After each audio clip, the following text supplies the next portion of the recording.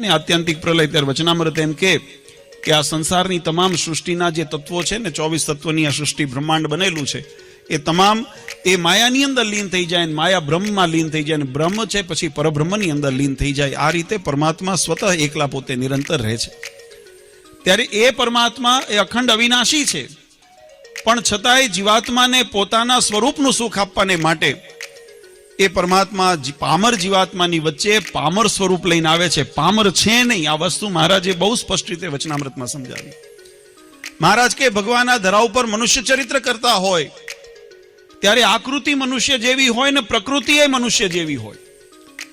ભગવાનના જ્યારે મત્સ્ય અવતાર લીધો ભગવાને ત્યારે માછલા જેવું વર્તન કર્યું, જળની અંદર રહ્યા. ભગવાને કચ્છ અવતાર લીધો તો કાચબા જેવું વર્તન રાખ્યું.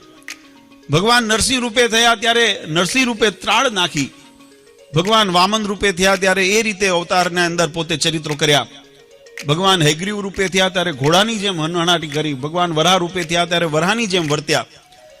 એ પરમાત્મા મનુષ્ય આકૃતિ જ્યારે ધારણ કરે, કપિલ આદિ, દત્તાત્રેય આદિ, રામ આદિ, કૃષ્ણ આદિ, ભગવાન ઘનશ્યામ આદિ આ જે પરમાત્મા જ્યારે રૂપ ધારણ કરે ત્યારે ભગવાનની ચેષ્ટા કેવી હોય તો કે મનુષ્ય જેવી ચેષ્ટા કરે છે.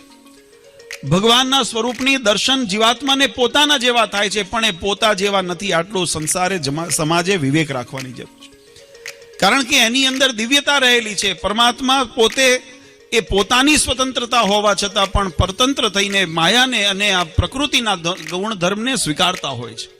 એ બંધન કરતા નથી, એમાંથી ભગવાનને મુક્ત થવાનું નથી, પણ આપણને એમાંથી મુકાવા છે, માટે ભગવાન એવા થાય છે.